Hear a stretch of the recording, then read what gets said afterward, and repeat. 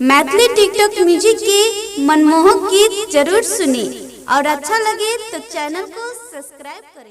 Singing by मंजी यादव। अभी आप सुन रहे हैं प्लैनेट म्यूजिक की शानदार प्रस्तुति। DJ Sumit Satish रैमा, DJ Sumit Satish रैमा। हमारा जिंदगिया में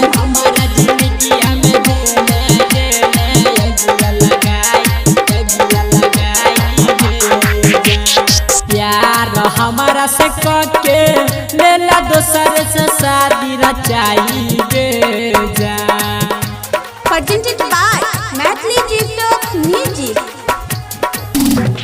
प्यार हमारा से करके लेला दोसर से शादी रचाई गे जान। ये जान गे लेला तू रचाई गे जान। ये जान हमारा जिंदगिया में दिल अगिया लगाई गे जान। ये जान हमारा जिंदगिया में दिल अगिया लगाई गे जान। प्यार हमारा से करके लेला दोसर से शादी रचाई गे जान। ये जान गे लेला तू रचाई गे जान। ये जान हमारा जिंदगिया में दिल अगिया लगाई गे जान। ये जान हमारा जिंदगिया में दिल अगिया लगाई गे जान। अभी आप सुन रहे हैं प्लैनेट म्यूजिक की शानदार प्रस्तुति। DJ Sumit Satish रैमा, DJ Sumit Satish रैमा। हमारा जिंदगिया में दिल अगिया लगाई गे जान। बचपन से करे रहियो तोरे से प्यार गे। कर दिलही दिलबा में तेरे यार पार गे पार गे।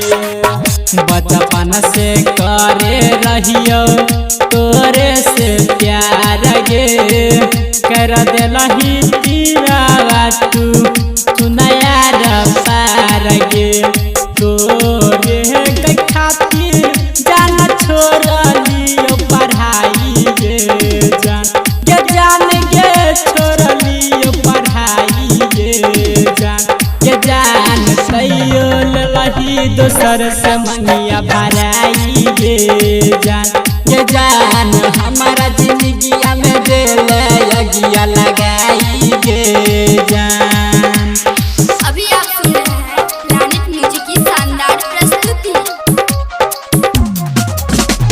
DJ Sumit Satish रैमा, DJ Sumit Satish रैमा। हमारा जिंदगिया में दिल अगिया लगाई गे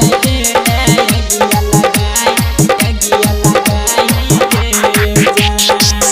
कहै छौ सुमन किसन एतै बड़ याद गे। हमारा जिंदगिया तू केल बर्बाद गे। कहै छौ धीरज अंकुश एतै बड़ याद गे।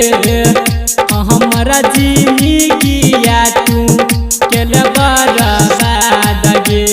रमन यादव कह बनल हर जाई गे जान।